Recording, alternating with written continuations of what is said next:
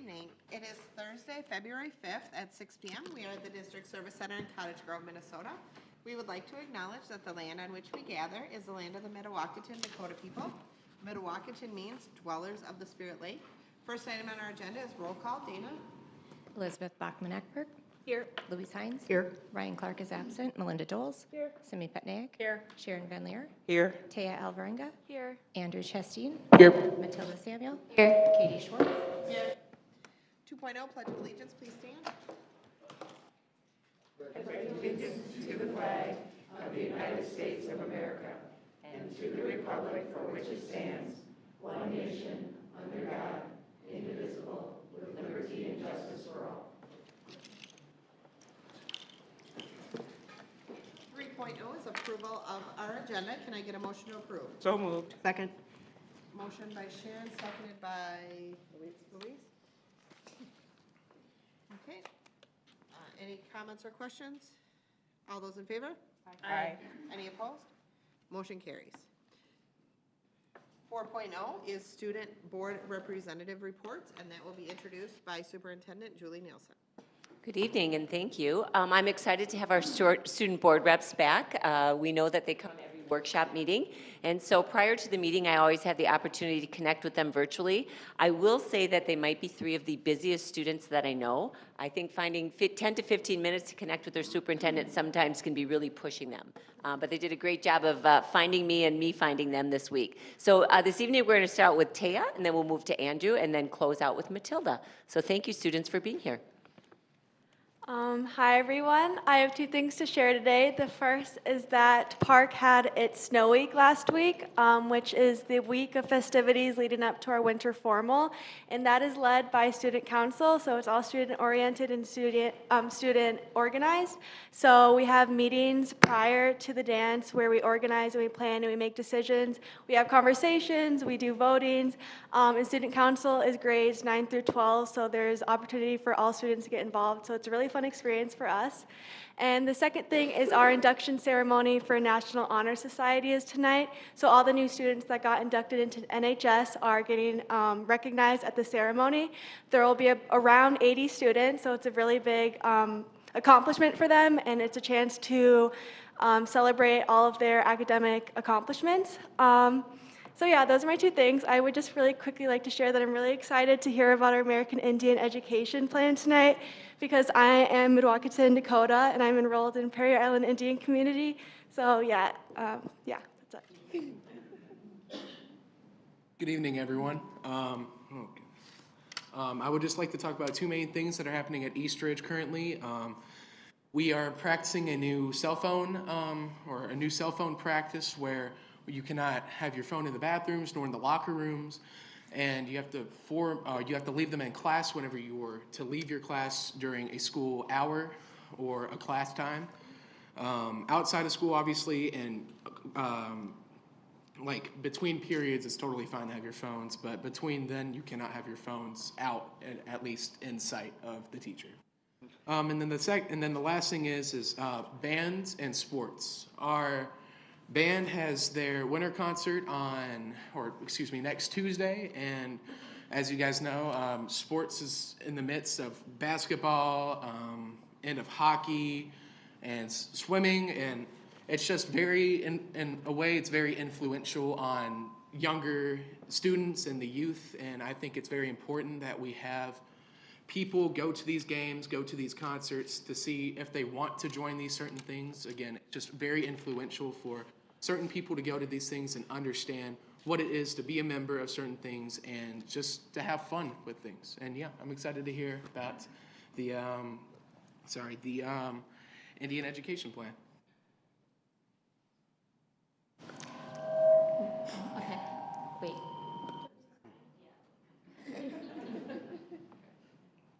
I have two things to talk about today. So the first thing would be that our one-act play for Woodbury went to state today. I'm not sure if they won or lost, but hopefully they won. And the one-act play is A Green River, so very proud of them for that. And my second item is that we've been having a lot of affinity groups at my school having Know Your Rights meetings, and we have like little cards that are being given out to students just to know your rights for like law enforcement with these times and everything. And on top of that, we're having a food drive going on to help people in need, all organized by affinity groups joining together at my school. Thank you. And maybe as we wrap up, Andrew, I want you to know that one of your teachers in the audience was giving the thumbs up. You got it right. Cell phones away. And I also just wanted to share, too, if you recall last time, Taya talked about this was the first opportunity, I think, that Park High School had to compete in DECA. And I think she spoke on Thursday here, the last meeting, and then presented and was part of DECA on Friday. And do you want to just share quickly how you did? Because shortly after that, I saw her picture show up, and I thought, oh. Well, 5 of our 27 members of DECA are going to state, so I'm going to state in 2 events. I'm going to state in Franchise Business Plan and Principles of Hospitality.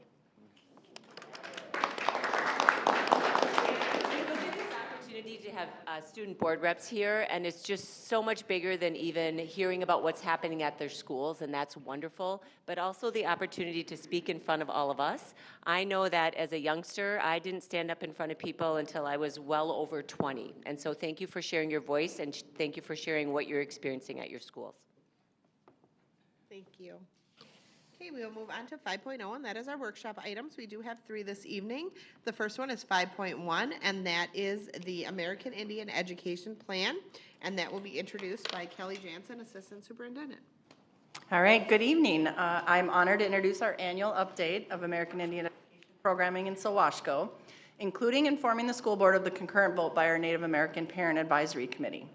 Tonight's report is a glimpse into the district's ongoing commitment to our Indigenous students and families, ensuring their history, culture, and academic success are truly woven in the fabric of everything we do in SoWashCo. A vital component of this process and requirement of statute, like I mentioned, is the active partnership with our Native American Parent Advisory, or you'll hear them referred to as NAPAC.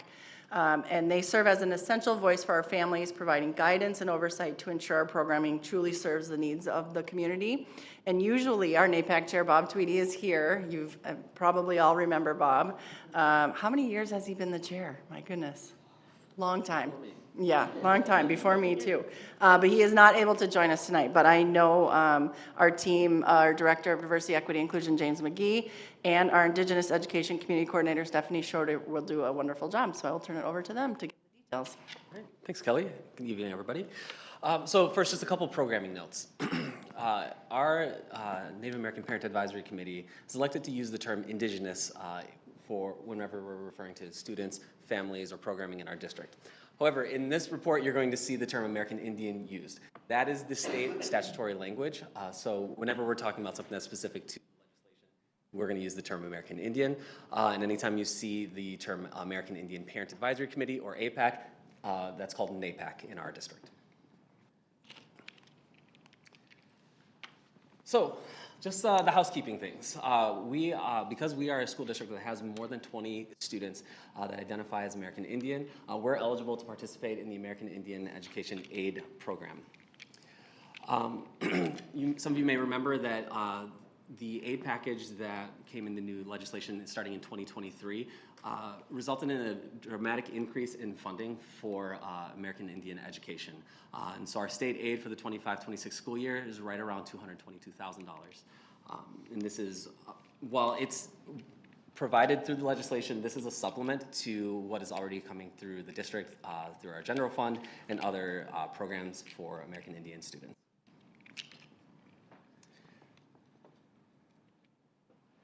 So just a couple more statutory things. Program requirements, we have to have a minimum of 20 Indigenous students by October 1st. That's when the reporting deadline goes into the state. And we also have to have, by statute, an American Indian Parent Advisory Committee. Ours meets roughly monthly, and we've seen the participation on that committee grow over the last couple of years, especially under Stephanie's leadership.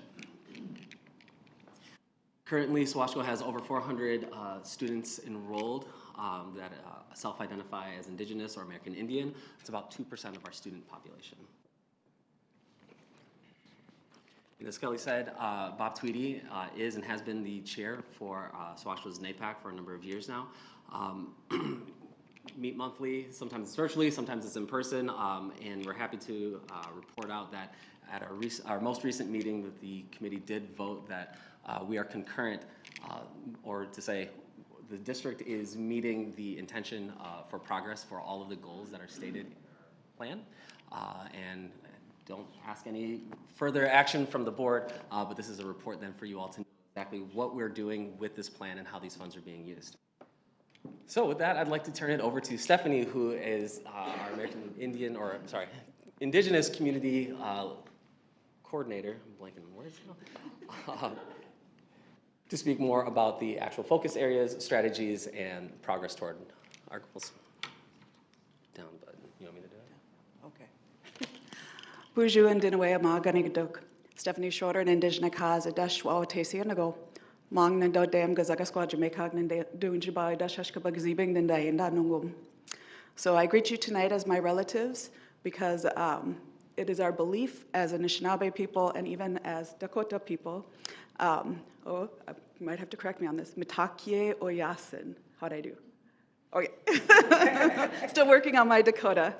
But we always greet each other as relatives because no matter who we are, where we are, we were all placed on this earth together. And so we treat each other as relatives when we greet one another. I'm from the Leech Lake Reservation, and I'm also from the Loon Clan. So I was taught to always make sure I introduce myself in my native language when I first greet people because it's just a sign of respect that we like to hold. So we've got 6 different focus areas that comes right out of the American Indian legislation. So we vote on 5 out of these 6. So the first one is support post-secondary preparation for American Indian students. The second is, and I'm going to go into detail with these too, so don't worry. Support the academic achievement of American Indian students. Number 3, make curriculum relevant to the needs, interests, and cultural heritage of American Indian students. Number 4, provide positive reinforcement of the self-image of American Indian students. Number 5, develop intercultural awareness among students, families, and staff. And then number 6, which one we don't vote on, supplement, not supplant, state and federal education and co-curricular programs. So as you can see, we voted on Tuesday night, and going through all the data, going through all of the activities we've done thus far this year, our NAPAC group voted concurrent on each one of these pieces. So to I'm assuming I'm clicking it here. So the focus area 1, post-secondary preparation, this was what our goal was as a district. To create opportunities for high school students to attend multiple college visits and/or college fairs. We will continue to host and increase participation in the ACT test prep course for Indigenous juniors. In the winter, we will host an evening event to assist with filling out the free application for federal student aid, or FAFSA, and scholarship paperwork as well. I don't know why I keep doing it on my computer. So the way that we do these is the first one, we invited our Indigenous student leaders to attend ACES this fall. ACES is the Advancing Indigenous People in STEM conference, and it just happened to be in Minneapolis this year. So we were able to get 7 juniors and seniors and a parent to come to the conference, and they call it the largest college and career fair in Indian country, which I thought was kind of cute. But it really was. It was an entire ballroom at the convention center. So we were pretty tired after that day. We have our ACT test prep course starting in about 2 weeks here. Last year we had 5 students participate. This year we have 10. So we are moving up with our numbers, which is awesome. And then also we want to host an evening, still in the planning stages, for our FAFSA night in order to help share some of the scholarship resources we have posted on our Indigenous education website for students, and as well as the Native American Indian College Fair moved from an in-person fair this year to an online, and that's been posted and shared with students as well on the Indigenous education website. Ooh, I went quiet for a second. Focus area 2 is the academic achievement of American Indian students. So our district goal is to graduate all 25 enrolled Indigenous seniors within 4 years. So I only did 1 year, because it's, I just now realized that 25 is our current seniors. Additionally, we will see an increase in reading proficiency at all school levels so elementary, middle, and high school, as well as an increase in the number of Indigenous students participating in literacy support. Indigenous education staff will expand the middle school enrichment groups to all 4 SoWashCo middle schools and all 3 comprehensive high schools. So the image, if you could go back, the image you see here, these are some of our seniors at our senior honoring ceremony that we hold in the spring. As part of graduation ceremony, students are gifted with a star quilt, and that we use as a part of our symbolism to show that they are not alone, even though they are graduating and moving on from our system, but that blanket shows that the community is still with them, protecting them and help carrying on with them. Yeah. So focus area 2 is still the academic achievement. So some of the strategies we have is the one-on-one guidance and tutoring from the cultural liaison. I've been able to meet with some students as well between meetings. Indigenous education staff supporting students through the IEP, 504, talent development and advanced academics, or TADA, or grade acceleration process. Those have been really wonderful experiences too, just be able to see the parents and the kids and be with them in that supporting role. It's been really nice. Increase the one-on-one literacy tutoring for K through 5 students from 5 students to 10 this year. We have 10 students signed up. So this is where the students get to read Indigenous authored books, and they have one-on-one virtual time with a licensed teacher from SoWashCo to help them with their reading. The middle and high school literacy supports through enrichment activities during the school day from 1 school to all 7 middle schools and high schools for 25-26 school year. Our current graduation rates are incredible in SoWashCo. For the state, we have about 62.8% for American Indian students graduation, but in SoWashCo, we have 86.1%. And honestly, with those numbers, it's about 3 students that make up for that last percentage, and 2 of them went on to continuing their education, and 1 went on to get their GED, so in case you're wondering. And we also have our Indigenous students are showing up in SoWashCo a lot more than throughout the state, which is also incredible. The state is about 51.8% Indigenous students with consistent attendance, but in SoWashCo, we have 68.3% of our students having that consistent attendance rate, which is really great. Focus area 3 is curriculum. So our district goal is SoWashCo schools will collaborate to embed American Indian cultural heritage learning into existing standards, lessons, and learning outcomes, in part by partnership on the district standards and instructional review cycle, or the CIRC, as well as our scope and sequence planning teams, or SSP.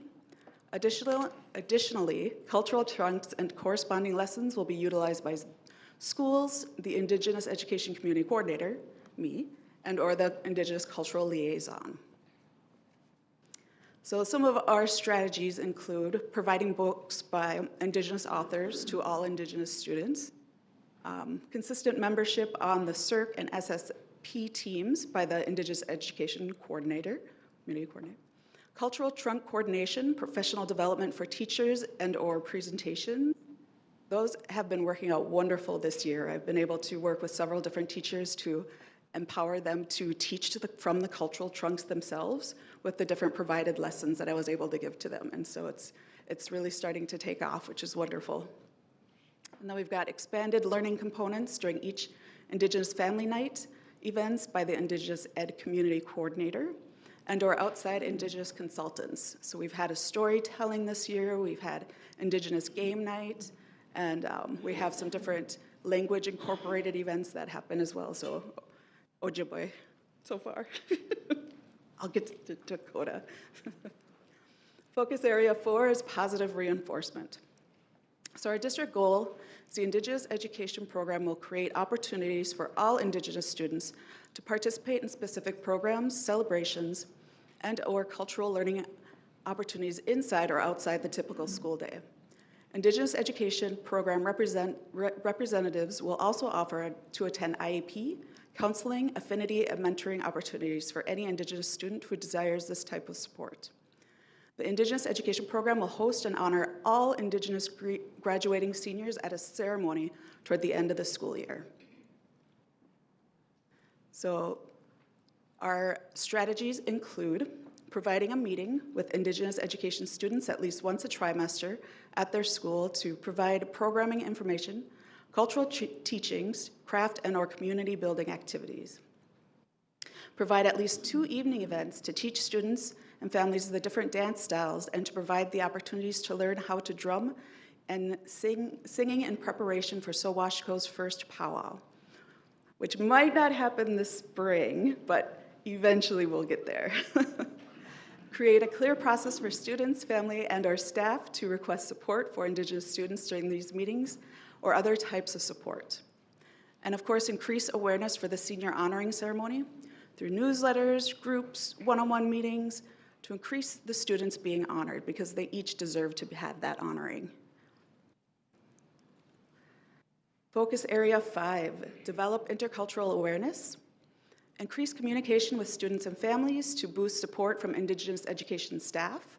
We will do this by sending out newsletters to families, events happening in the district directly impacting our Indigenous families, and creating an Indigenous education website listing resources, dates for NAPAC meetings, family engagement nights, and college scholarship information. Can I go back one? I just have to brag up this picture. These are some of our middle school Indigenous students. We brought students from all 4 of the middle schools together to Oatman for a special storytelling event just a couple weeks ago.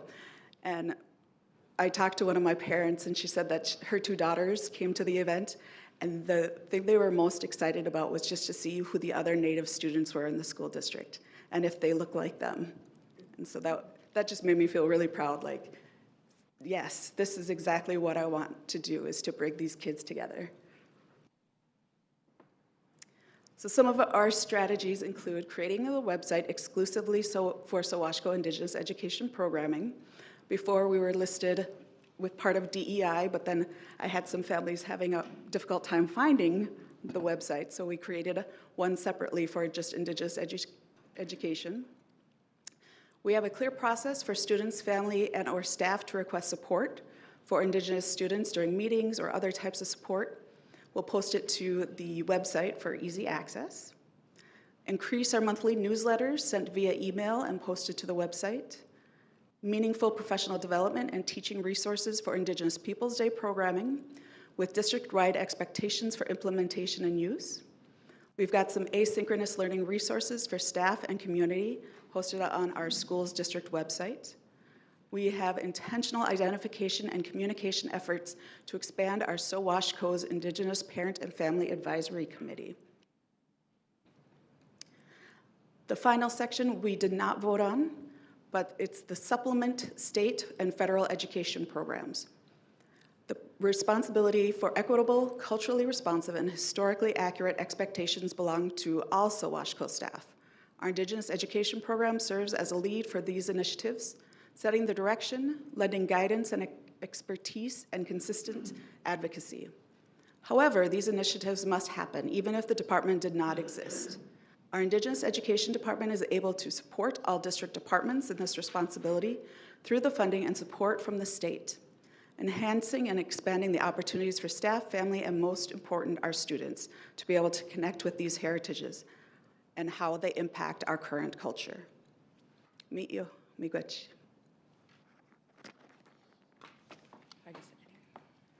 Thank you so much. Does anybody have any questions? Yeah, I do. Let's take this swig it. Okay. First off, I just want to thank you for this report. It was very educational, and it's impressive how high our graduation rate is with our Indigenous students, and that we've doubled the ACT prep students that are involved, so that's great. I'm wondering, do we have particular schools that have higher amount of Indigenous students? I would say for high school, the majority of our students are at Park, but overall, all 400 are really evenly spread throughout the school district. I would say at least half, if not more, are elementary age.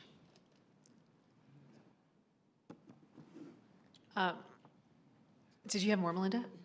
Oh, okay. So thank you, Stephanie, for this. I did have a question for you. It's sort of a logistical question. So you had mentioned that that NAPAC votes on, so are these 6 initiatives mandates from the state, and then NAPAC chooses what to prioritize for our district, or how does that work? What is the voting, I guess, signify? So they vote on all 5 of those focus areas, which are provided from the state. We're the ones that choose, or NAPAC helps us choose how we achieve those goals. Okay. And so the strategies is kind of what they're voting on. Okay.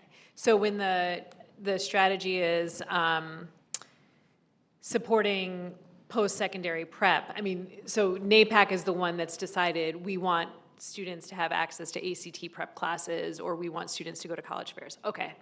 Okay. And so for these, so the ACT prep, it's current juniors. There's 10 current juniors taking this. Oh, because they take the ACT in April, right? Yeah. Oh, okay. Big brain. Thank you. Are there any other questions? Yep, I had one. I was just curious when you mentioned the cultural trunks. Could you tell us just a little bit more about that? It sounded really interesting. Yeah, we were lucky enough to get a grant several years ago to get a cultural trunk, Indigenous Ed cultural trunk. Inside of there, we actually have 2 separate ones. One that is filled with different animal furs, so that students can actually feel the difference between a buffalo robe, a deer robe, an otter, a rabbit, so they can feel the textures. They can just kind of, they can start to notice those differences of the animals and kind of think about, well, where do they live? What sort of home do they live in? Like, are they watered? That sort of thing. And the other trunk, we have a lot of artifacts. So we've got different moccasins, we've got different medicine bags, the leather pouch, both beaded and quilled. And we've got, my favorite is probably the buffalo rib bone sleds, because they're quite large, and I've never seen them before, being Ojibwe. But then there's also several different games, so deer toe, pin game, there's also snake game in there, and so a couple of other different traditional games. Any other questions? Okay, thank you.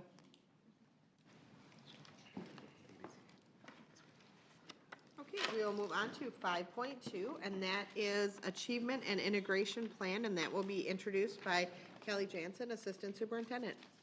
All right, James is back. He's getting two bangs for his buck tonight. James is here to give our annual report regarding the district's commitment to equity, student achievement, and integration through our Achievement and Integration Plan. Tonight's report will cover 2 critical areas. First, a brief update on the current plan, the goals set forth in the 23-26 Achievement and Integration Plan. And also now, James is in the midst of, or end of, planning for our next 3-year Achievement and Integration Plan, which will go through 2029.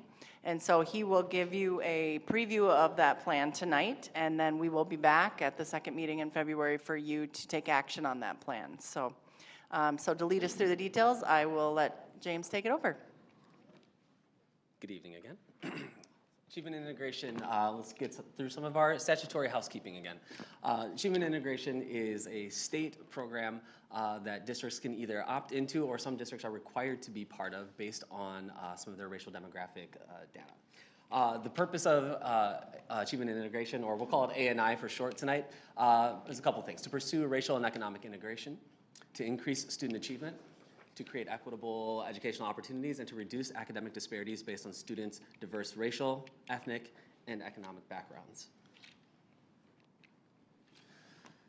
SoWashCo is actually required to participate in Achievement and Integration and identified as a racially isolated school district. In short, what that means is at least one of the districts that we share a boundary or a border with, we have 20% more students of color than at least one of our surrounding district or neighbors. And so it can sound like a scary thing potentially to say that we're a racially isolated district, when in fact this is actually a testament to our growing diversity and in the inclusiveness of our district. So you're going to hear us talk in the previous plan and in this plan about supplanting and supplementing. In SoWashCo, the DEI Department, Diversity, Equity, and Inclusion, we oversee the A&I plan and the responsibilities for it. However, we're working with multiple departments that crosses over from instructional and operational to make sure that the goals that we have in this plan are being supported across the district. So this is then the annual report for 24-25.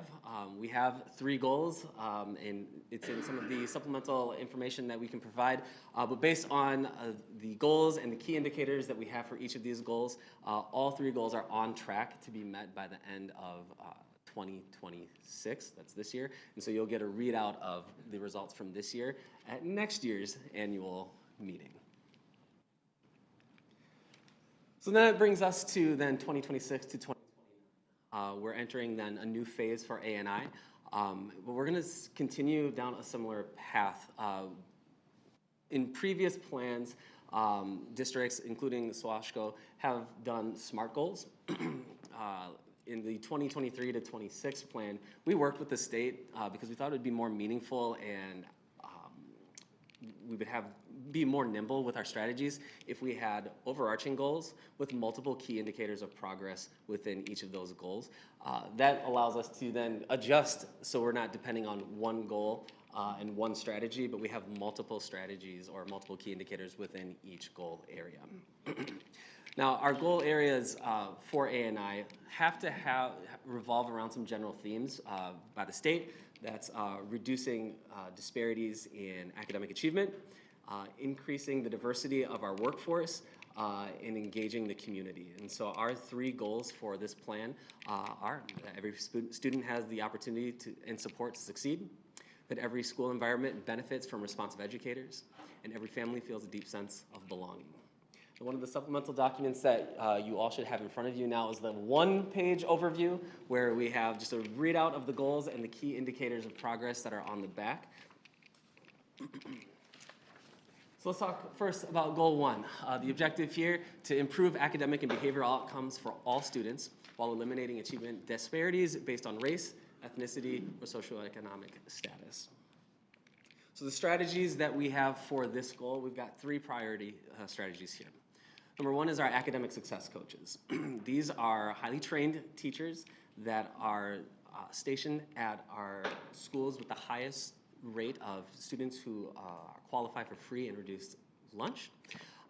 These teachers then have the opportunity to support tiers 1, 2, and or 3 based on the needs of the school. And when we talk tiers and interventions, that's both academic and or social or academic and social behaviors. And so these teachers have the opportunity to be bridges for students and their families, from students to the school. They're also trainers for other teachers at the school. So when we're talking about culturally responsive teaching, they're people that can do teacher coaching as well. Our second strategy for closing gaps is advancement via individual determination, or AVID. AVID is a system that we've had in SoWashCo for a number of years, and we continue to see incredible success, especially when we look at achievement gaps or opportunity gaps or success gaps by race and ethnicity and socioeconomic status. AVID outpaces the rest of the district in terms of GPA for students by racial designation. AVID right now is district-wide. We have representation in all of our schools. At the elementary, it's in the form of AVID leads and then strategies for, specifically in 3 through 5, to help students with their organization and strategies for note-taking and homework. In the middle school, we actually start our AVID elective class in 7th grade. I'm the parent of a 6th grader in the district, and he just did his interview to be an AVID student for next year, so fingers crossed for him, because I truly, really believe in this program and what it can do for all students. So 7th and 8th graders have the opportunity to be part of the elective. And then in our high schools is where you'll probably see the heaviest AVID presence, both in our AVID elective class and in the strategies that are being utilized throughout the school. So even students who are not in the AVID elective class are benefiting from the training and the strategies that are being used by all the teachers. The final strategy for goal 1 that we're going to talk about tonight are our cultural liaisons. Cultural liaisons have, while they're not specifically trained to be academic tutors, they are academic bridges and social bridges for our students. Some of them work in our high schools, others work in our middle schools, and they find themselves all over the district supporting students. Right now, we've got, when situations pop up that would require a specific cultural insight, we have liaisons who then are able to go and support our schools and families. And so we use liaisons in a lot of different ways, and in the future, we're going to see them working closely with or more closely with our AVID teachers, our AVID tutors, and the work that they're doing both in school and for out-of-school events and programming has been invaluable. So goal number 2, we deviate from the state's language a little bit, and I want to tell you why. So goal 2 primarily focuses on diversifying the teaching force in a school district. We believe that we will benefit from having a district that attracts a wide range of people to come and work, and that is diversity by race, ethnicity, language, background, all sorts of backgrounds. We want to be as inclusive as possible. But when we're talking specifically then about what's in this plan and what we're measuring, we are looking at the retention rate for our teachers of color specifically. But we also know that in order for this district to be a welcoming place for any teacher, it requires every staff member to take that responsibility on. So this goal is in 2 parts, where we both have strategies for increasing the number of teachers of color that we have in our district, but also making sure that every student has access to adults, not just teachers, but all staff that are culturally responsive trained. That we have teachers, bus drivers, paraprofessionals that recognize and understand how to see students' culture, not just tolerate it, not just accept it, but see it as a strength and then use that to have successful communications and interactions with each student. So we do training across the board for all of our employee groups that's based and rooted in culturally responsive practices. It may not always be called culturally responsive. It comes out in a number of different ways: social emotional learning or responsiveness, customer service. But at its heart, it's all about making sure that we see our students and that we're valuing their culture, who they are, and making sure that they feel included in all the spaces that they're in. And finally, the last strategy, oh, I'm sorry, I didn't talk about grow your own. We are starting something new here.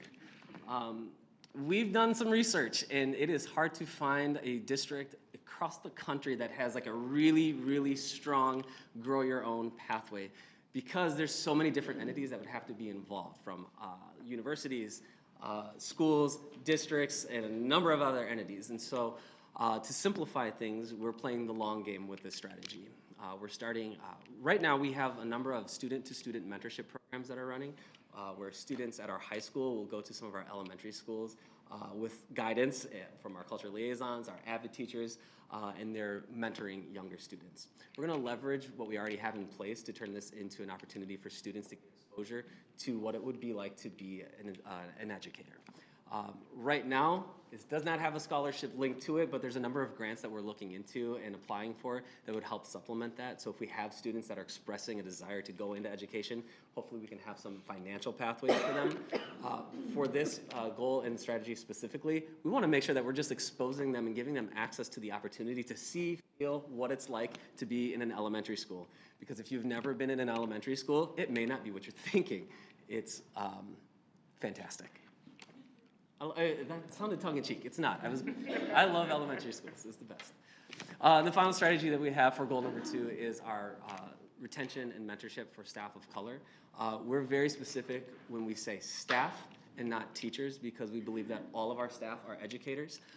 And so we want to battle the isolation that a number of our staff of color can often feel, because in our district, we are still something like 90% white. That's not bad. We're not saying that if you're a white educator, you are bad. That is not what this means at all. But as we're looking at the makeup of our district, we want our staff makeup to increasingly reflect the student population. And one of the ways that we're going to do that is making sure that the people are here feel like they belong, that they feel like they matter, and that they feel like they've got places they can go when they're experiencing cultural issues that are specific to them.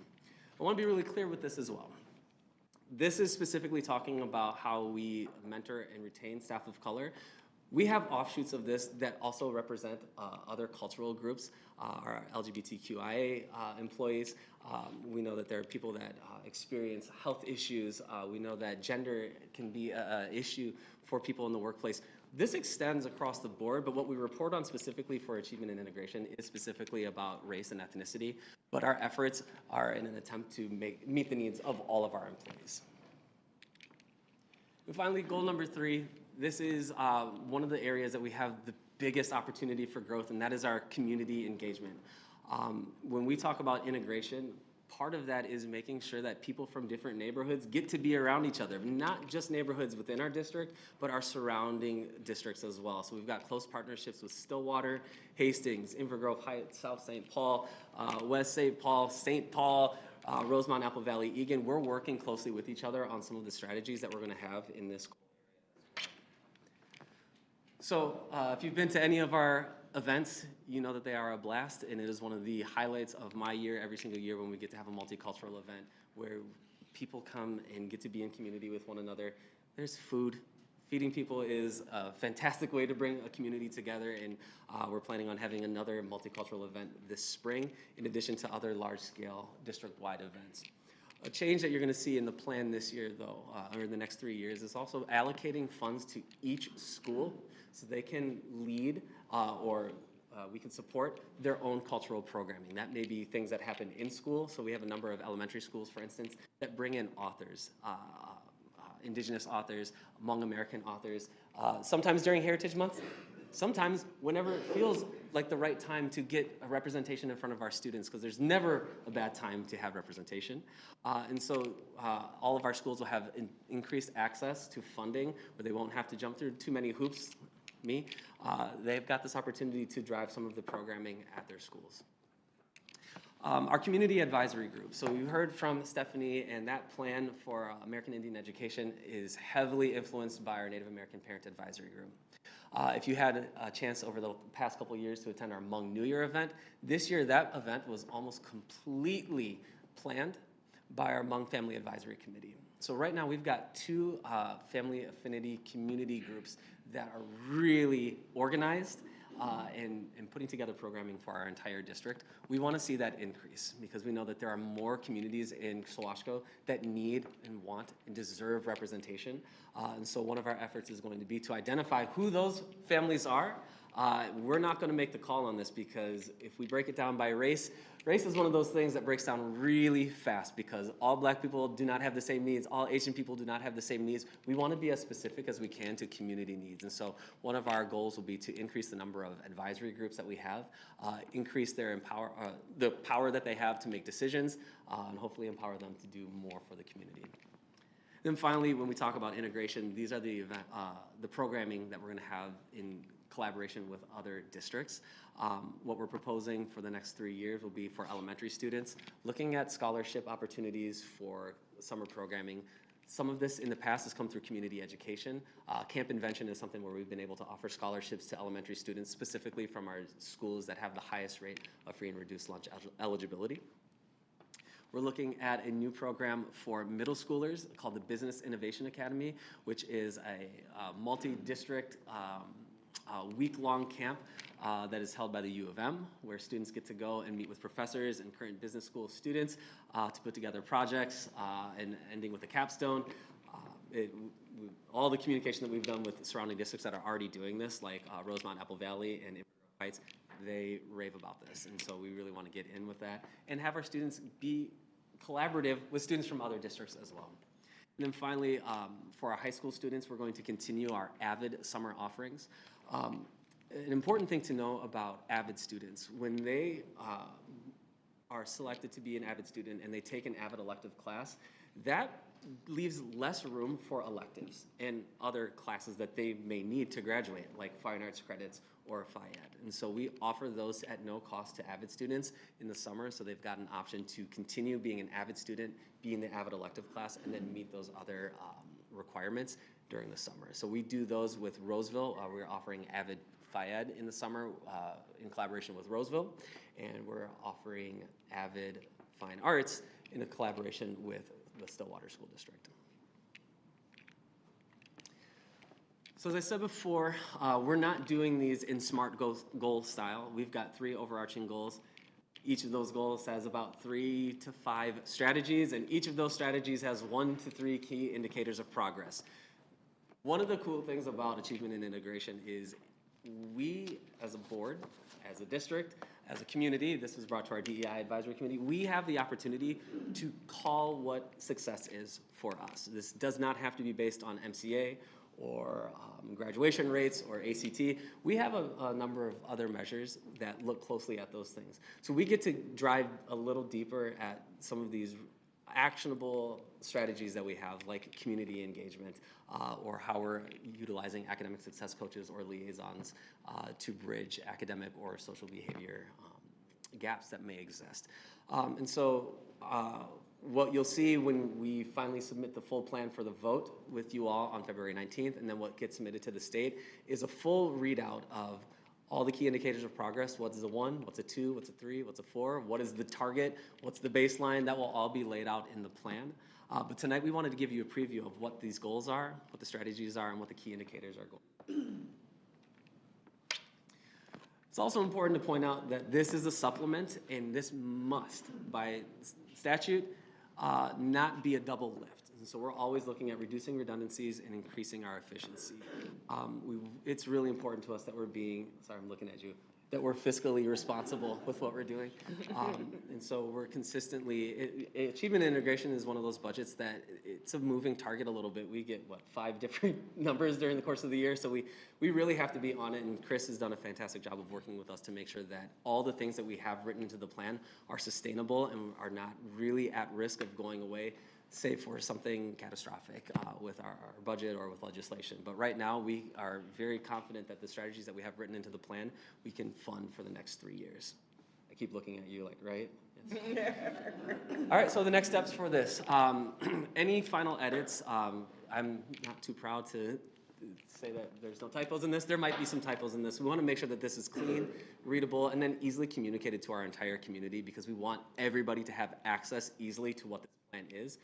This plan is for everybody. By definition, this plan is for everybody. It is not only for specific students, though we intend that if we're doing these strategies well, it will increase the achievement for all of our students. I'll be back here on February 19th for the final vote, and if there's any changes that are made to the plan between now and then, we'll communicate those then. But we want to give you all an opportunity to see this before we get into the vote. So if you have any questions about the intent, the way we're measuring, or any other components of this, we'd be happy to address that. And then this along with the budget, corresponding budget, is submitted to the state on March 15th this year. And then we start July 1st technically, but March 16th is when we'll really start in earnest of implementing these strategies for next year. All right, you can tell I love talking about this. So if you have questions, I'm ready. Thank you. Does anybody have any questions? Yeah, I have one. I heard you say that the funds are, well, first of all, the funds are given to us by who? The state? Yes, state. These are state funds. One for me. Okay.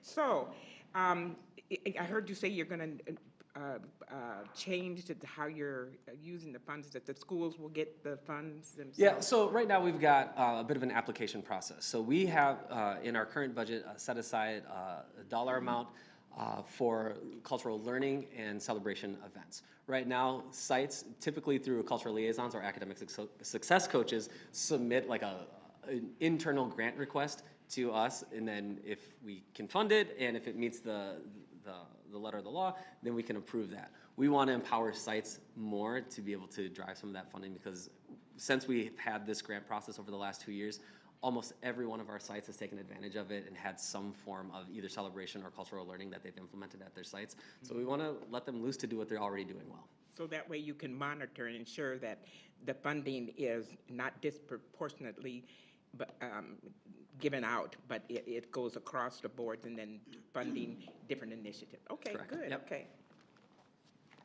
Does anyone else have any questions? I do. Okay. Hi, James. So you had mentioned that typically we do SMART goals, right? And I'm a big SMART goal lover, right? But that you had to work with the state to kind of change how we did our goals. Can you describe the process of what that's like working with the state, or how you convinced the state that we needed to take a different approach? It was less about convincing and more about just explaining our rationale. SMART goal can be a really straightforward way of talking about what it is that we want to do. Because of the size of our district and because of the diversity of the initiatives that we have, we thought it would be better for us as a district to monitor consistently, to do it by key indicator. So then if we are finding that there is one strategy or one key indicator that is off base, we don't have to throw out the whole plan or the entire SMART goal. We can pivot if we need to, and that's something that the state has said that we can do. So for me, it's kind of like standards-based grading, where we've got multiple standards, we're trying to meet all of these standards, and by having multiple key indicators of progress, it's a lot more work on our end for sure, but it is more meaningful because then we have better data to use to determine if our strategies are making the intended impact on students and families. Okay, so the idea would be then, if you're, so like Avid Equity, you're looking for 0 gaps, right, between groups of students based on, you know, a variety of indicators or a variety of status. Yep. So this, so that's an outcome we're looking for, but the, how we get there, I guess, is part of, like, that's where you will be doing trying various initiatives and seeing kind of what sticks. Correct, yep. Okay. Yeah, and you know, so some of these broad key indicators, this is a key indicator that's going to be across 4 high schools. And so we might need to work differently with each high school on what those strategies are going to be in order to meet the school's specific needs that would then contribute to the overall goal. Okay. And so when you're thinking about changing those strategies or changing what you're doing, is there, the board doesn't have to do anything with that, right? That's something that you'd be able to. If we had to make a modification to the plan that is submitted, that would have to come back to the board. We've tried to write it in a way that the management pieces of this that we can change if we need to. So not all of the management strategies are going to be in the plan. It's really the overarching and the goals and the key indicators. So if we had to change a key indicator, that is something that we would have to bring back to the board. I don't anticipate that we're going to need to do that. I don't want to do that because I want to give some of these key indicators time to see their life cycle through 3 years. And based on the work that we've done over the last 3, 6, and 9 years with these plans, we think that the key indicators that we have are right where they need to be. This was also, we had our DEI advisory committee also was able to give feedback on this, and they agreed with that. So, okay, so that was actually going to be my last question, because I know you presented it to them on Tuesday. Yeah. Mm-hmm. So what was their feedback, or what did they, how did they feel about this plan? They felt empowered, truly. I mean, we don't mean to do things in secret, but sometimes things move fast, and it is hard to communicate at times, and that's why we actually have community engagement written into this plan. We do not want to create a plan that does not have our community's voice fully in it, and so their feedback was, I would say, spot on, because Tuesday wasn't the first time this group had seen the plan. They've been contributing to what this plan was going to be for the last 2 years now, and so it really was just a representation of the work that they put in as a committee. Thank you. Anyone else have any questions? I do. Yes. So, I have 2 questions. So, first for goal 3, where you had the summer integration program thing, I really like that idea. I think it's great because I know that I did Avid Middle School and I wasn't able to continue because of the spots it took up in the electives section. So what sort of classes does it consist of for like the program? The summer programming? Yeah. So the 2 that we offer to Avid students in SoWashCo right now will be Summer Phi-Ed, which will be online and asynchronous with Roseville students, and then Summer Fine Arts. And I think that one is a music and arts class, I believe. The teacher that has taught that for the last couple of years is fantastic, and we do that with Stillwater students as well. Part of that is asynchronous, part of that is synchronous, so we've got some face-to-face with students, which is a really important component of achievement integration. We don't want everything to be online. Part of integration is making sure students have the opportunity to interact with each other and students from other districts. So Fine Arts and Phi-Ed. Okay, great. And the second thing is for goal 2, you had the grow your own pipeline for the mentorship opportunities at like elementary schools. Yeah. Is that only offered for Avid students, or is that offered for any students? Great question. That will be for, right now, there's not a group of students that can't be part of it. It's just limited based on the staffing right now. So we have two different mentorship groups. We have AVID students as part of their elective. The elective class, they do a service learning project where they're doing mentorship with students that are in Kids Club after school. We also have a mentorship program that is run by our cultural liaisons at the Alternative High School and Park High School, where they'll go to surrounding elementary schools and work with students. Sometimes we try to match students by race, ethnicity, or cultural background. They get to, them and their families get to say if they want a mentor that matches their race, ethnic, or cultural background. If we can do that, we will. And then there are students that are there because they're fantastic at working with younger students. And so we try to do it both ways. But right now, the one that is run by the liaisons, it's really based on who's got availability in their schedule. Okay, thank you. Anyone else? I just have one quick question. Speaking of the Grow Your Own program, do students have an opportunity if they're interested in like shadowing or going out to the middle schools also, or is it just the elementaries? Right now, it's just elementary. Part of that was based on our best guess at what would be the best exposure for high school students. The age gap might present some challenges, but we don't fully know yet. So that's one of those things where right now we're planning on having high school students work with elementary students. However, we'll be open to, if we see a need in middle school, both for middle schoolers to either be mentors or to be mentees. We want to be able to change on that as well, which is why we didn't write that specifically into the plan. We just know that we're going to have the mentorship, and now we've got some flexibility to adjust as needed. Okay, thank you. Thanks, everybody. Okay, we will move on to 5.3, and that is our transportation update, and that will be introduced by Julie Nielsen, Superintendent. Thank you. I can see the excitement. Carrie. This evening, the board and community will be hearing an update on transportation from our director, Carrie Olson. We have award-winning mechanics, if you remember our perfect scores when it comes to the safety of our buses, exceptional drivers, and leadership and support staff that work tirelessly to safely transport our students. In South Washington County Schools, 14,000 students start and end their days on our buses. This evening, you will hear from Carrie about recruitment efforts, the opt-in process, challenges, and considerations as we move into the future. And so this evening, we welcome Carrie Olson, Director of Transportation. Thank you very much. Good evening, everybody. It's nice to be here. Just want to give you a little bit of a recap of the first half of the school year, where we're at, and then what we kind of anticipate the beginning of next year and actually into 26-27 looks like for us. As you can see, we transport about 12,000 riders twice a day. There's about 18,000 students in our school district. We have 24 school programs and locations. That's within the district, not outside of the district.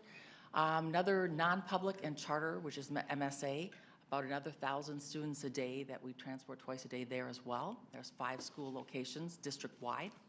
And then for transportation this school year, we've got 88 morning routes, 94 afternoon routes, and then special education routes, approximately 76 of those. Obviously, that's a moving number as that fluctuates constantly.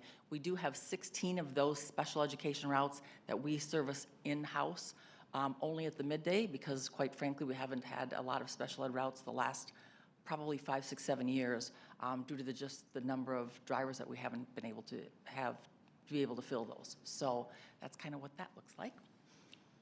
Transportation staff, and this is interesting because in the 20 years I've been here, the office staff and administration, those numbers have not changed. So we've gone from about 12,000 students in those 20 years to probably close to 18, 19,000 now. And again, we've got same amount of office staff and administrators. We've got 98 full-time bus drivers, 12 substitute bus drivers, and of those 12 sub-bus drivers, there's probably 8 of them that consistently sub for us on a daily basis or take what we call a long-term sub route, somebody that's out for a week or a month or whatever on surgery or maybe a medical leave, those long-term subs filled in for us. And then we have 5 bus assistants currently, 7 mechanics. That number has fluctuated over the years, but it's pretty consistent with 6 or 7 mechanics, 5 office support staff, and then 4 of us administrators. We're very lucky and very proud that about 80% of our entire staff lives in South Washington County School District. So again, you know, a lot of word of mouth, a lot of people, neighbors and so forth, friends. So we're very happy with that and pleased with that. We also have someone that I think furthest away right now comes from Arden Hills every day. So Recruitment to date, this is how we advertise and hire. We do local advertisings in some of our local publications. Job posting site Indeed, that has been a pretty good source for us to get applicants. Attendance at job fairs, and that's both within the district that we usually hold one big one in July, I think it usually is, and then sometimes we have another one as well that's in the spring of the year.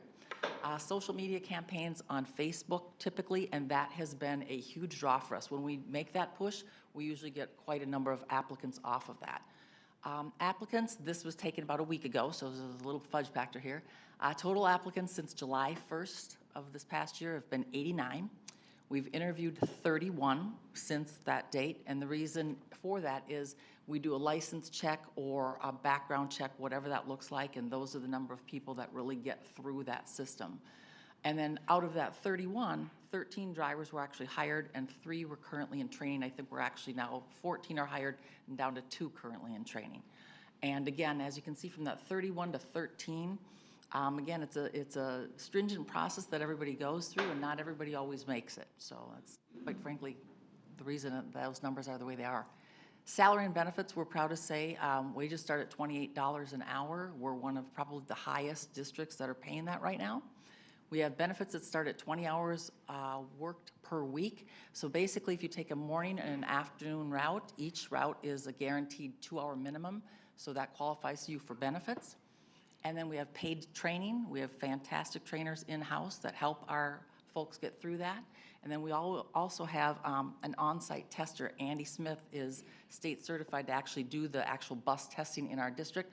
So a potential new driver doesn't have to go take that driving test at Arden Hills or Hastings, to actually do it right here in our district. And then the retirement contributions as well from the district. What you need to know for the transportation opt-in process. We started the opt-in process in 23-24, and every year I think we've gotten better at it. It gives us accurate information and data. It's more efficient routing and services that we can offer to students. We still have a ways to go on that. We still are finding that especially the high school runs, quite a few families sign up and not really use it. So trying again to get to that data to really hone in on that. And really it's getting the word out to families that just because you don't sign up now, you know, I think they're fearful that if I call in 3 months from now, you're not gonna have a spot for me. And that could furthest from the truth. We would always have a spot for them. 26-27 opt-in campaign is going to start on Monday, February 9th. Communication, I think, is just going out today and tomorrow on that to families, and then that will run through March 6th of this year. And then families will receive that opt-in information early February, which, like I said, is going to be today and tomorrow going out. So, bus cancellations to date, we had, as the board is aware, several cancellations, November 19th, 20th, 21st, as well as 3 days in December, the 8th, 9th, and 12th. We had 3 afternoon routes for 3 days in a row, and at the first in November, it affected 185 students at 6 different schools and 130 students at 5 schools in December. And if you're curious, how do we choose what routes get canceled?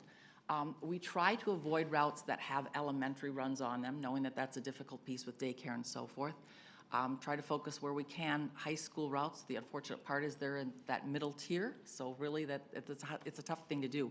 We've got mostly middle school first tier, some elementary in those high schools at that second tier, and then the third tier is also a mix, mostly elementary at that third tier, and then charter school. So that's kind of how we look at doing that.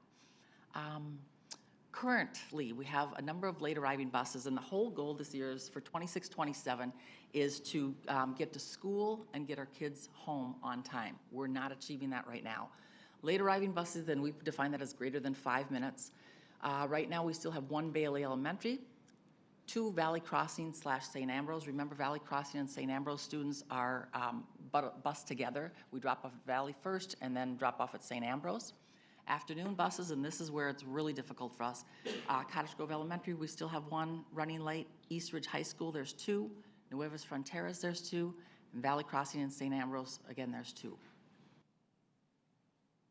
This is an example of these routes that I'm talking about. This is an East Ridge High School run, for example. And we're supposed to be there at 3:05, 3:06 actually, the bell rings.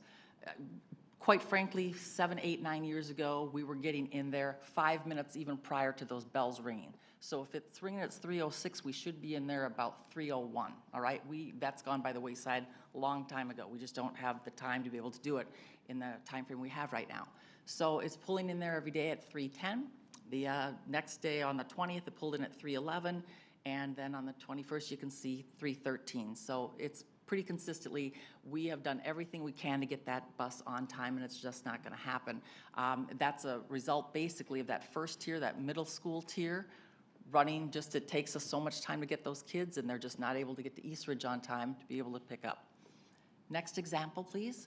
That is a Nuevas Fronteras, similar situation. I took the same 3 dates for all 3 of these examples. Nuevas Fronteras, that should be there at 3:50, again, theoretically 3:45, but 3:50 is when that bell is ringing, 4:01, 2 days, and 4:05 that 3rd day. And again, that's been consistent all year long. We also tried during the year to take stops off from one run if we can and put it on another bus to try and get those things on time. We're just not able to do it right now. And then the final example, please. Valley Crossing St. Ambrose, similar situation. Their time arriving at Valley should be 3:45. Again, 3:53, 3:54, and 3:59. So these are some of the considerations for next year. Buses are still arriving after scheduled school start or dismissal times. We do not see that changing. We are adding kids. We never are, subtracting kids, which is a good thing for us. But at the same time, our schedule is so tight that we're not able to really add routes. The other thing with that is, our driver shortage has caused that to happen as well. So we anticipate they'll still be arriving after scheduled school start and dismissal times, especially those dismissal times. The expansion of Math and Science Academy will add additional bus stops potentially throughout the district. Again, that's district-wide. That means it's going to be more time added onto those routes that are already running late in some cases.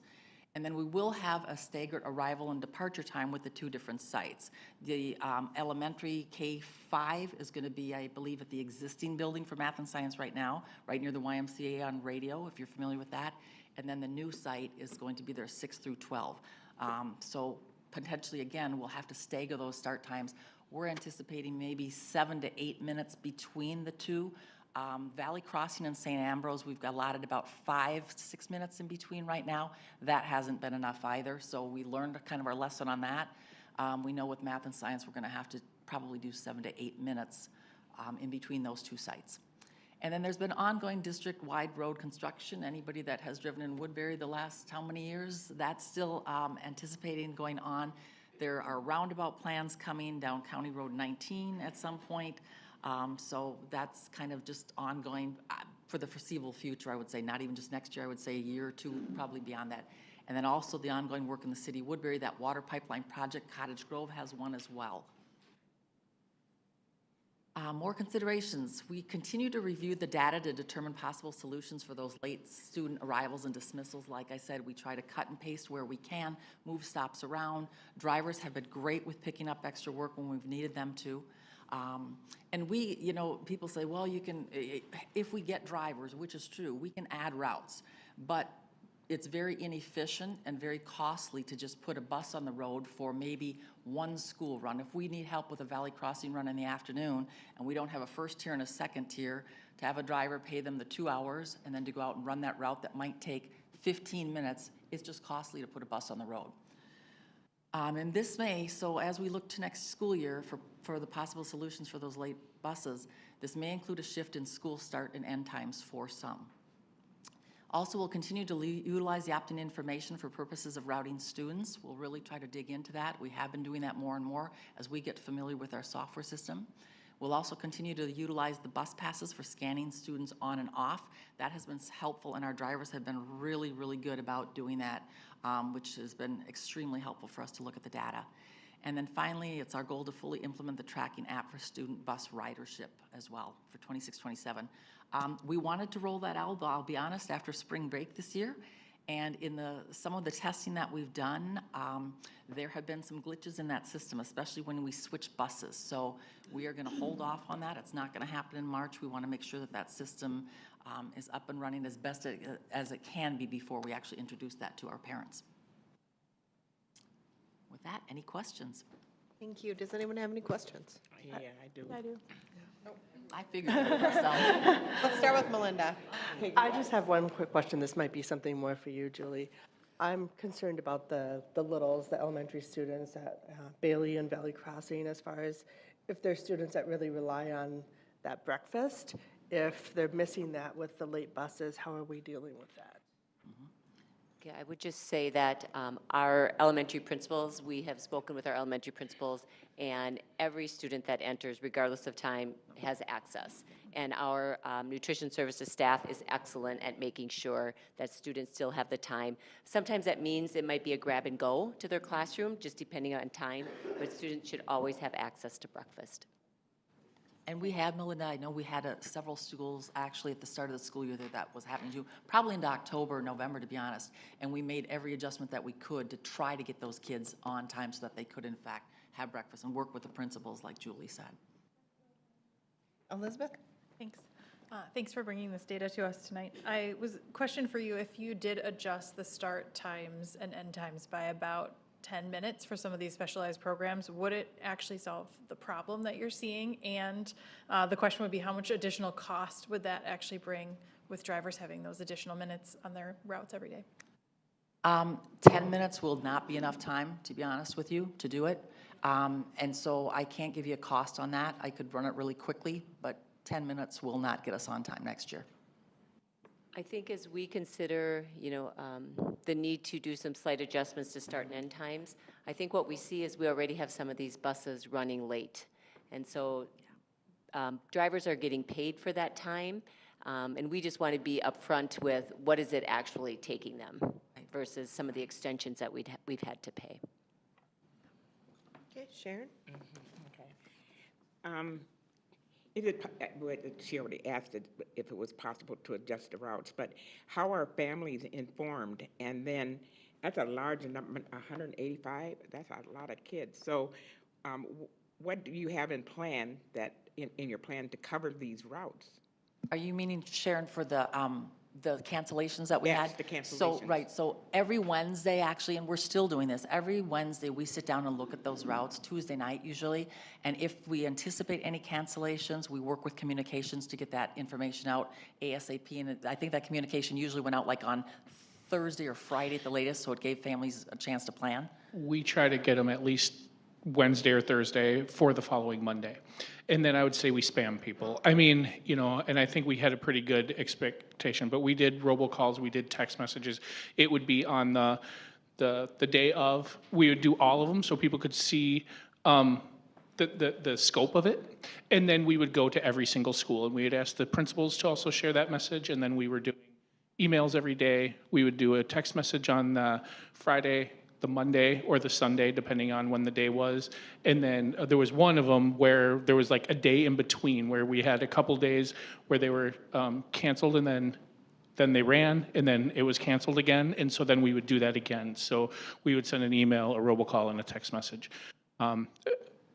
This is a hardship on families. I think we can all agree to that, but I think we really didn't get any I mean, we really were trying to be really transparent. We were trying to be really honest, and we really communicated heavily for that. And so we really didn't catch a whole lot of people saying, at least to us, that they didn't know or things like that.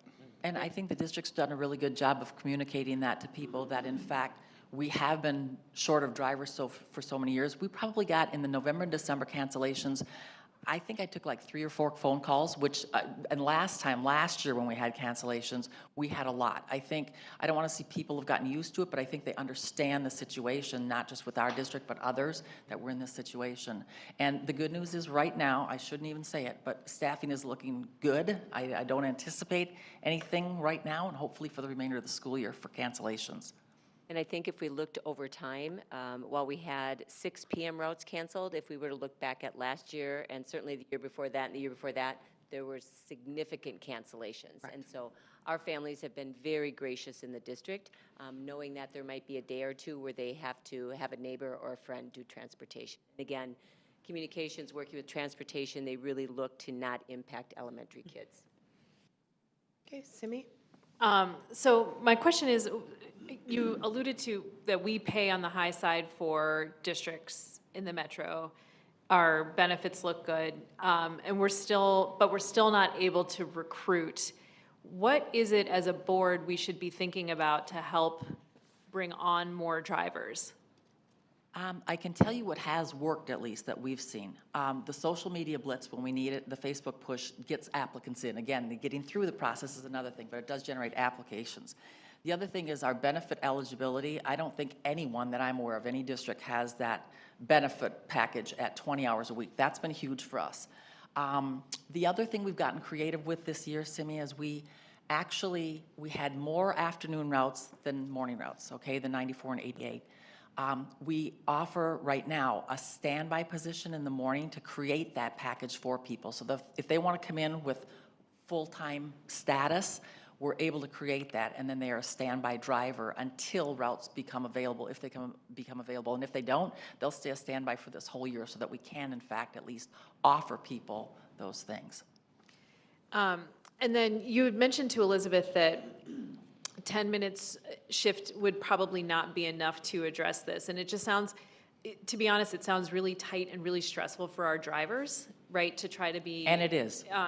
So how do we, like, what is the driver, what has driver feedback been on what their needs are as we're going through this process? Like because what I would hate is that we are inadvertently stressing them out and reducing morale or making them feel like they're not, that we're not able to accommodate their needs, right, as going through this process, right?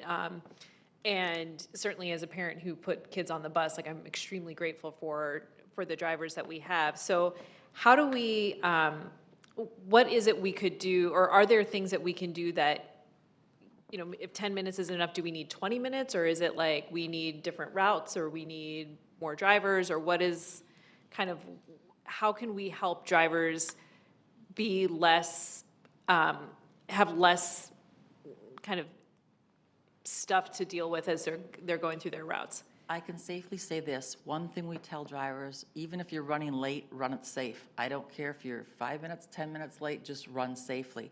I also have 2 drivers here I know tonight that will tell you they are very diligent and want to get to their places on time. That piece of paper says I need to be there at 8:02, I want to be there at 8:02.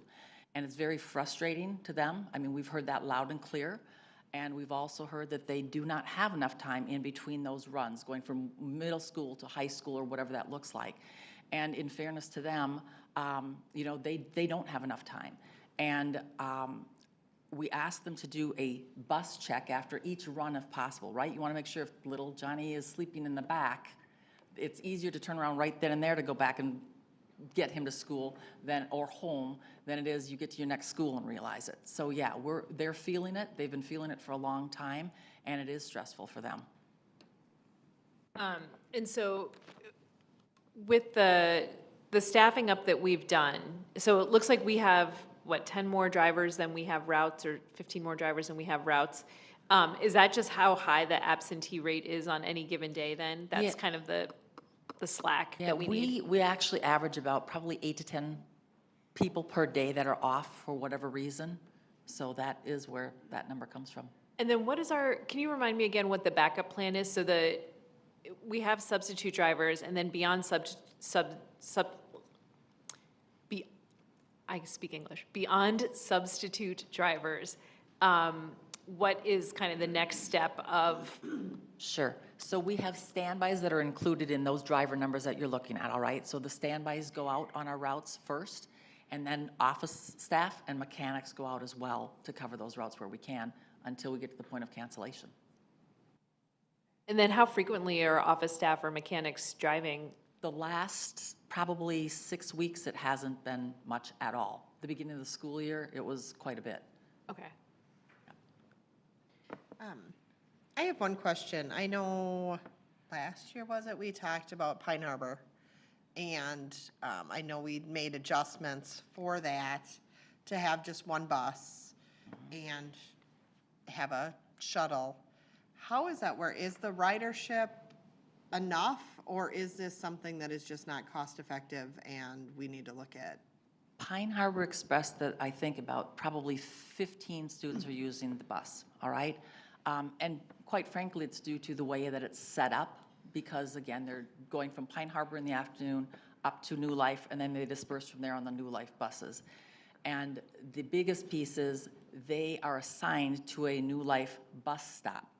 So that bus stop could be 1 mile, 2 miles, 3 miles from their home. It's their responsibility to get back and forth to that bus stop. Thus, parents are not using it. So it's still running that way. So is this something that we could put into our plan? I mean, it would save a driver.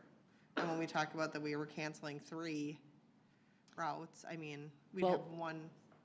And I don't know if it necessarily saves the driver. Remember, we're still running the New Life stops. But what it would save is it saves the shuttle time back and forth. Right. We're still making the stops, because they're just assigned to a New Life Academy stop, but it would save the shuttle time. Okay, so is that something that you're considering as well when we're talking about all We've of had this? a conversation about it, but nothing specifically for 26, 27. Okay. Katie, I had one more question. Thanks. I just had one more question. So for the charters for MSA, you had mentioned that for St. Ambrose, we drop kids off at Valley, then we drop kids off at St. Ambrose, and that for MSA, we would drop kids off at the elementary and then the high school or whatever, right? For the non-833 schools, do we get to choose what time their busing is, or do we try to keep them similar to what they've had before? We are able to shift the non-publics. Pine Harbor, we are not able to shift because Hastings. they're not in our school district. Correct. Okay, so for MSA, because it's right next to Eastridge, right, the new MSA high school? So we It could is. just theoretically stick them on a bus with Eastridge kids, theoretically? Or No, because they're, the way we've got them sequenced now, they're in the 3rd tier, Eastridge is in the 2nd tier. Oh, And okay. quite frankly, we wouldn't be able to accommodate all those schools in the 2nd tier. We wouldn't have room to move math and science to that 2nd tier. Okay, thanks. So with that, how much do you anticipate things are going to be a lot worse next year when that school opens? As far as finding more drivers and everything, because we'll be responsible for their transportation as well. It's hard to look at right now. We are going to be meeting with math and science tomorrow, so we'll have a little bit more of an idea of that. But yes, I would anticipate there's going to be additional runs for them for sure, which will mean, additional routes somewhere out there. Thank you. Thank you. Okay, now we will move on to 6.0, and that is our information items. We do have 2 this evening. The first one is 6.1, and that is the presale report for 2026A series presented by Chris Blackburn, Director of Business Services. Well, good evening, everybody. Not too often am I this late in the meeting, so it's kind of, Jody got to sit and listen. I'm pleased to announce that to have Jody Zesba from Ellers Investment Associates tonight with us to present the presale report for the $217,265,000 general obligation school building facilities maintenance and refunding bonds series 2026A. So this was we passed the amending resolution at the last meeting, amending and restating that to include that refunding component. The bond issue includes then the remaining authority of our voter approved from the 2 building bond questions that were passed in November of 2023. And again, you've seen a lot of construction going on around the district related to that, those projects. This also will include bonding for projects in our board-approved 10-year long-term facility maintenance plan, which is approved annually in the kind of late spring, early summer. And then it also includes the refunding of the 2 previous bond issues, Series 2016A and 2016. And again, the reason for that is that will result in a net reduction in future property tax levies. So I know Jody has all sorts of fun information for us, and she's always has a connection to Woodbury as well. So it's always fun to have her back in district. And so we will ask just to note that at the next board meeting, we will we'll be asked to adopt the resolution ratifying the sale of the bonds, which will occur between now and then. So with that, I'll turn it over to Jody Zesba. And thank you, Jody. Thank you very much. Yes, Woodbury High School.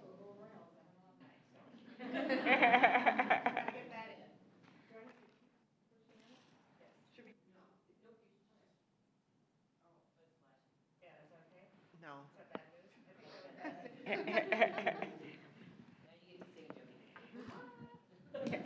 was not in choir. I was in the accounting world there too. So yes, math and accounting was my thing back in the day. All right, so I guess I do have fun information to present because it's always fun when we can talk about refunding bonds and saving money for the taxpayers. That is not money that you'll be able to keep for your budget to use for other things, but it must be passed on to the taxpayers in the form of reduced debt service levies in the future. So just to get that clear, when you refinance your home mortgage, you do get to keep that money for your budget, which is nice, but not so in a school district. So as Chris mentioned, this issue is financing the remaining authority from your election in 2023. We issued 100 million of that previously, so now we're issuing the remaining from the 2 questions that the voters approved at that point in time. And moving forward with the facilities maintenance bonds, which we generally issue those every other year to finance projects for the next 2 years. Those projects are financed with a combination of 3 sources of revenue. So in addition to the bond proceeds, you have an annual tax levy, and you get state aid every year from the funding formula in LTFM, which is great. So much of those projects do get paid for with help from the state. And then just want to point out, I'm just going to walk through the pre-sale report, which I assume that you have handy. So I'm on page 1 right now. And the purposes then are listed. There are 4 different purposes, as Chris mentioned. So the school building bonds, the facilities maintenance bonds for deferred maintenance projects that you approve every year in July, and then the 2 refunding components. And just as a little background, those bonds were issued in 2016, so the 2016A was all about middle schools, really, at that time. The new middle school in Cottage Grove, repurposing Oltman, and then improvements to the other 3 middle schools at that time. And the 2016C was a facilities maintenance bond issue that we did along with a refunding later that spring. So the 2016A was shortly after that November election in 2015. You'll notice the authority is listed there in the reference to the state aid that you receive as part of the long-term facilities maintenance program, and that's close to $3 million every year, so it's pretty significant, which is great. Every time we sell bonds, we do have a call date, and you'll see that the call date for this bond issue will be February 1st of 2034 for the 35 and later maturity. The next page then summarizes the refunding savings, so shows the interest rates that you're committed to right now, the true interest cost rate that we think we'll achieve on each of these bonds that had a little cushion built in at the time that we put these estimates together, and we have seen a little reduction still in rates, so we're hoping that continues to be the case as we move forward toward the sale date. But with the estimates that we have, the savings to the taxpayers for future debt service levies would be a little over $3.3 million. You'll participate in the State Credit Enhancement Program. That language was included in a resolution that you already adopted. As part of that program, the state guarantees the payment of your debt should you not be able to make a payment. And so with that, you get a separate credit rating from Moody's, which is a AA1, 1 notch lower than the rate that they assign to the state of Minnesota, and the state of Minnesota has their highest rating at a AAA. You'll also have your underlying rating. Moving forward with a new rating on that again, it's currently at a single A1, so we're still hoping for movement up always on that. Years ago, the district was at a double A1, so we're going to try to inch our way back up there as best possible. And then on page 3, we always move forward with competitive sale of your bonds. We've been getting a lot of demand for bonds since the new calendar year started, which has been great, and really coming up with some favorable results on refundings that we've already moved forward with. We'll talk about the premium in a little while as we look at the financial schedules, and then just know that we're always reviewing your existing debt. We do give updates to Chris and Julie pretty regularly on how things are looking, and have been watching these 2 bond issues for quite a while, so nice to see that we're going to be able to move forward to achieve some savings. Then we have some regulatory disclosures with continuing disclosure, arbitrage monitoring, a little bit about the investment of bond proceeds. The refunding bonds will be placed in an escrow account, and we'll invest those in state and local government securities. We'll lock into that rate on the day of sale, so we'll know, we need to know exactly how much we're going to have, because that allows us to make sure that we have the right amount to call your bonds. And we're assuming that we'll earn about a little over $300,000 in that escrow account between the closing date and the call date. We're working along with other service providers, so your bond counsel, Dorsey & Whitney, Bond Trust Services as the paying agent, Moody's as the rating agency, and then Zions will be the escrow agent for the refunding bond proceeds. A little bit about the schedule on page 5. So you approved moving forward with the school building bonds and facilities maintenance bonds in a resolution last July.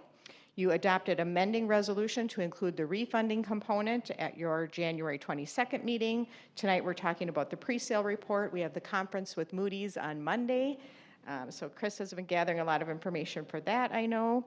And then we will be receiving the bids for your bonds on February 19th. The school board meeting that night is when you will have the results then. I will be out of town. Shelby, who you've met from Ellers before, will be here to present those results to you that night.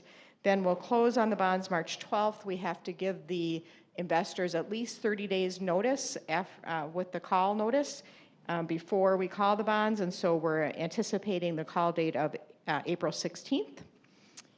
I will talk a little bit about the financial schedules and all the attachments then. First of all is a sources and uses schedule. That is where you can see our estimated reoffering premium, what we think the underwriter will give us above the par amount of the bond issue. And with your school building bonds and facilities maintenance bond components, that can be used towards project costs. So that will be deposited in the construction fund. For the refunding bond component, we reduce the principal amount of the new issue. So we're calling bonds, for example, on the 2016A of just over 79 million. We're expecting the new issue to be a little under 72 million because we're expecting to get a big premium on that. So the premium will be determined by the winning bidder on the day of sale. These are just our best estimates at this point in time, but likely we will be receiving a relatively significant premium, which then will be used again for the refunding bond components to have lower principal amounts going forward. The next are the financial schedules. So page 8 is combined debt service schedule for all 4 purposes. Page 9 is the school building bond portion only. This is your remaining authority of $101,225,000. The facilities maintenance bond issue is next on page 10, and that is scheduled to be $30,595,000. The existing debt service schedule for the 2016A bonds is on page 11. The estimated new portion of this issue that will refund the 2016A bonds is on page 12. Page 13 is the existing debt service schedule for the 2013C, and then the following page 14 is what we expect the new schedule to look like.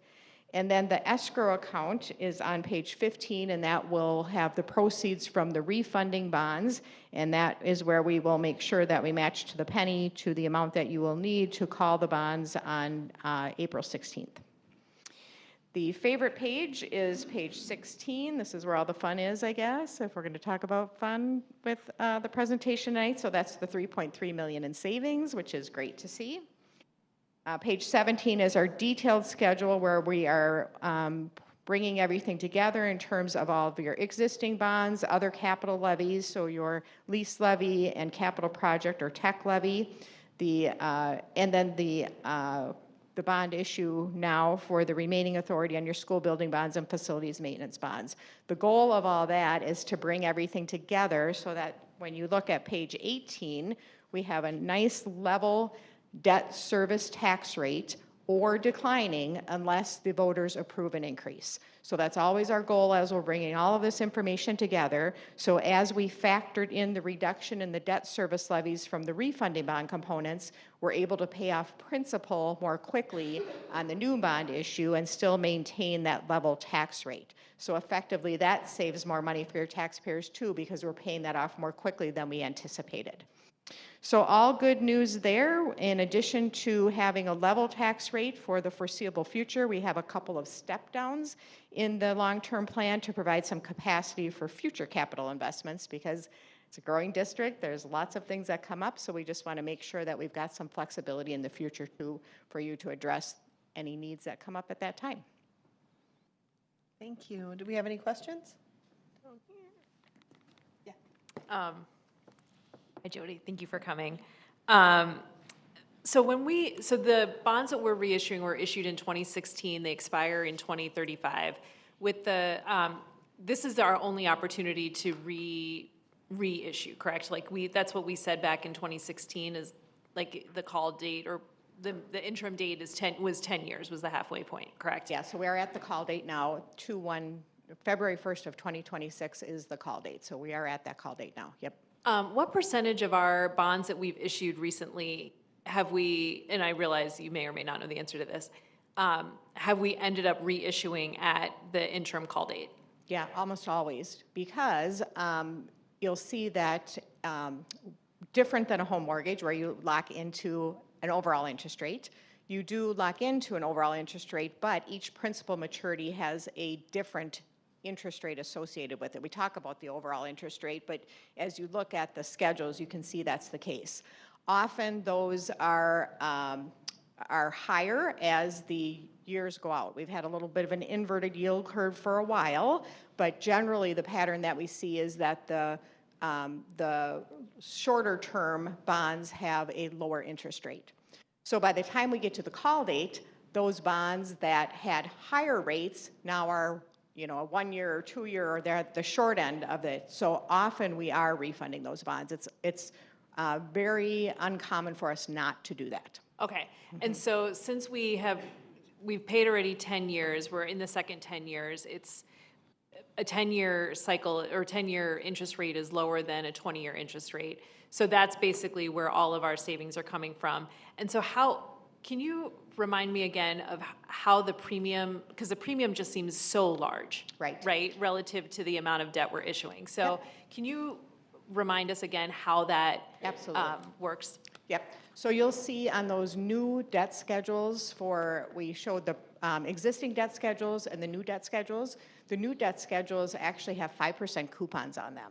So and the premium that you will get from the underwriters is giving you the interest to pay that larger amount. So the premium that they're giving you is in effect bringing it down to that lower interest rate, which is lower than 3%, because they're giving you that money up front to make those interest payments over time. So those coupons that you see on the new debt are actually a little higher than what you have on the existing debt, but they're going to give you that premium or all that cash up front toward the interest. Okay, so sort of like points on a mortgage. Yes. Okay, perfect. Yes. And so when they are buying down, so they're buying down the future interest rate. And so that's just money that just accrues to us. There is no, You will use that money to issue less in bonds. So that's where those new refunding bonds are going to be at a lot lower amount than the callable principal. Okay, so by issuing 72 million versus 79 million, right? Yep. Okay, perfect. And then one of the questions I had was, you mentioned our rating and that we're trying to get our rating back up, and I know Chris and Dan before her worked super hard to do that. How frequently can districts go back to Moody's or S&P or whoever to get an updated rating, and what is the impediment to us having a higher rating? Sure. So every time you issue new debt, you need to get a new rating. While your bonds are outstanding, Moody's can initiate a surveillance process at any point in time. Most often, that would be when they get your new audit report, or if there's something significant that's happening in your economy that they find out about. But generally, when they get a new audit report, if you haven't had a rating in the most recent past, they may initiate a surveillance process if they're seeing something that looks out of line to them on their metrics from what they have assigned to you. Okay, and so because our finances has been pretty consistent for several years, I mean improving, but still generally speaking consistent, we're not going to get a new rating from Moody's until we have some sort of material internal change? No, or when we issue. So or the phone call that we have on Monday is where we go through all of the information, and they have multiple questions we have to talk about: our enrollment, our previous debt, just a whole host of questions that Chris gets to answer and I get to help her with. The And housing then starts, this local will economy. again set the rating for us with this. Okay. So we go through the whole process right now. Okay. The only thing I might add is, so with that long-term facility maintenance piece that we issue biennial, because that frequency, right, so every 2 years we're issuing debt, so we have a Moody's rating every 2 years. I think that helps mitigate a little too. Like they're seeing our audit in between, right, even if absent any other debt issuance. And so I think that helps as well because it hasn't been maybe 4 years, 5 years. Okay. So. Okay. And then is there any like, I'm actually just looking at my notes and I realize I think I might have answered all my questions. We've never issued, we don't issue bonds for anything other than 20 years, right? That's not true. So 2016A bonds were 20 years, but the 2016C were shorter as facilities maintenance bonds. And I'll direct you to this issue. So the school building bonds, if you look at page 9, are 20-year bonds. The facilities maintenance bonds are shorter. On page 10, you can see that debt schedule. And we set it up that way for a couple of reasons.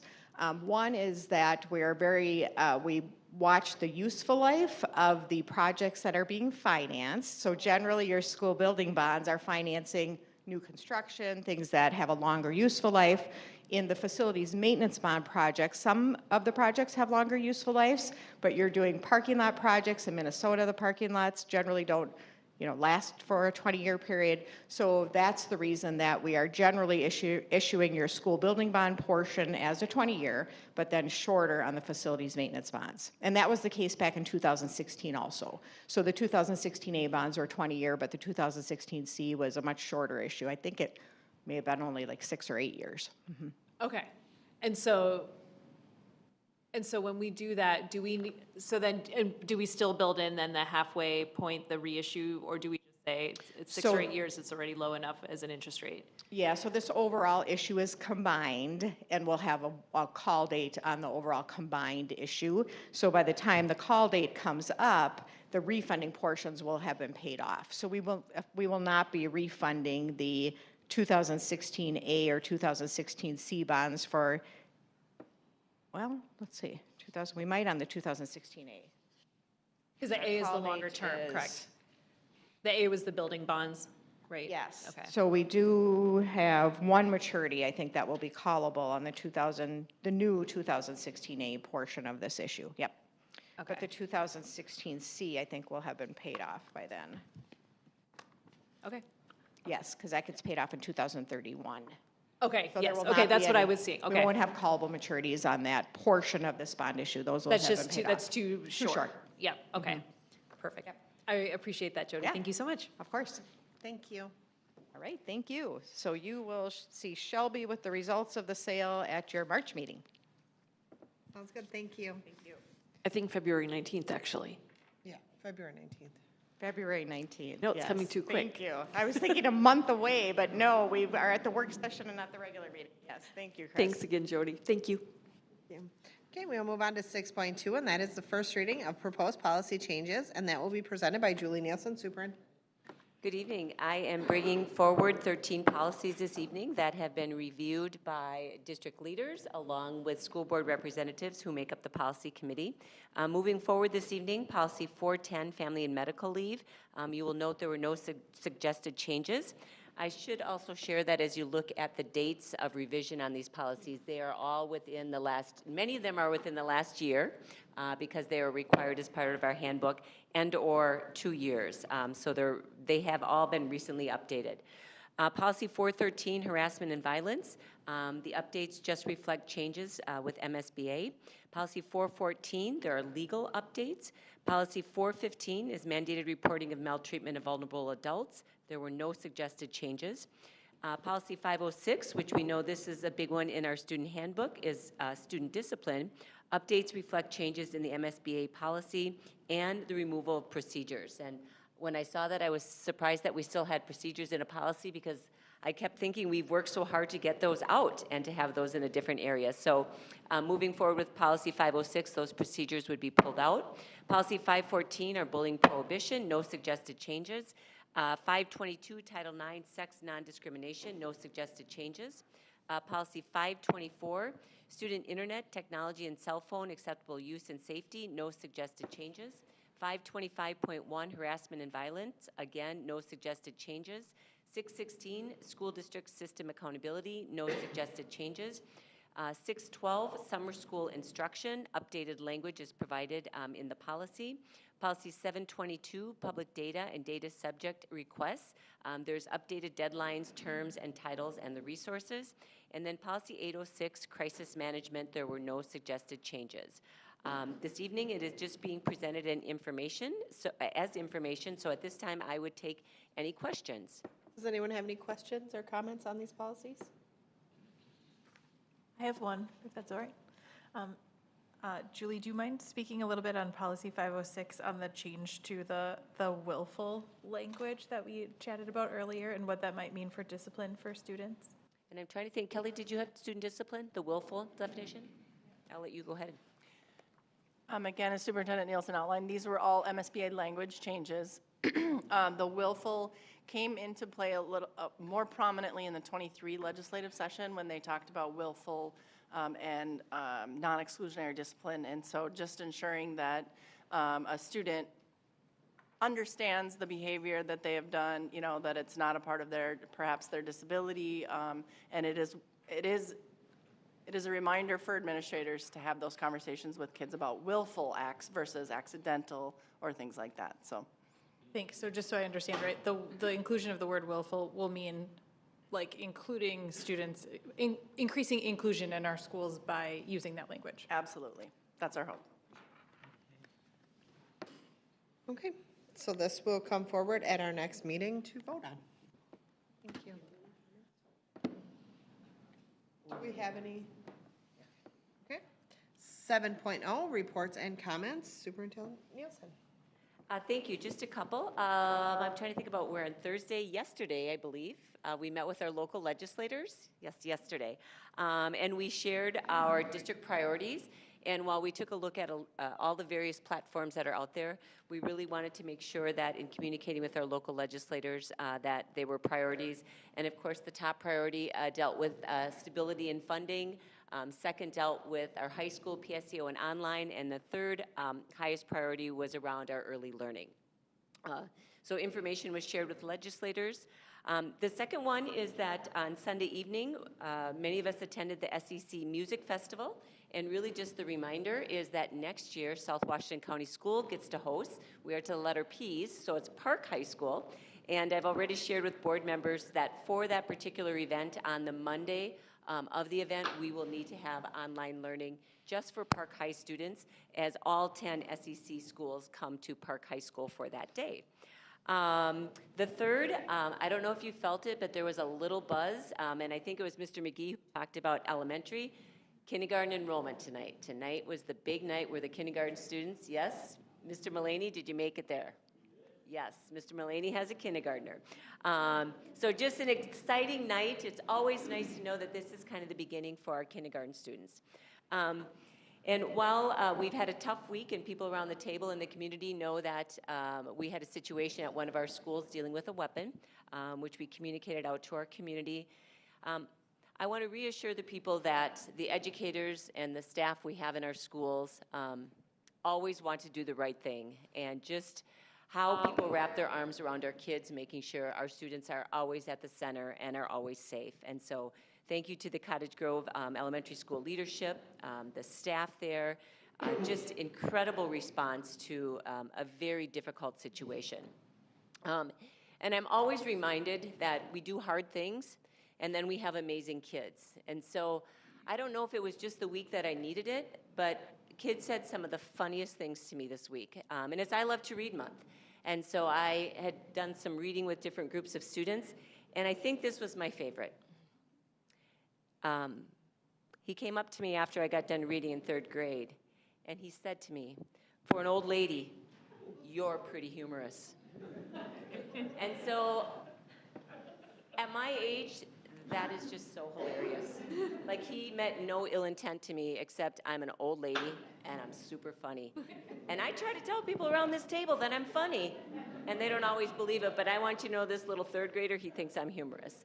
And so in the middle of some really difficult situations, many of us around the table have interactions with kids, and we are reminded that we just have some of the best kids. And I think right here, the three that we had here tonight, their attentiveness, ability to ask questions is incredible. So thank you, and thank you to our entire staff for a long week, but a good week. Thank you, Julie. Okay, do any board members have any events coming up with any committees they are on? Okay, seeing none, we will move on to 8.0, future meeting dates. February 19th, 2026 is a school board business meeting here at the District Service Center at 6 p.m. Then March 5th, 2026 is a school board workshop meeting, also here at the District Service Center at 6 p.m. And with that, 9.0, and we are adjourned.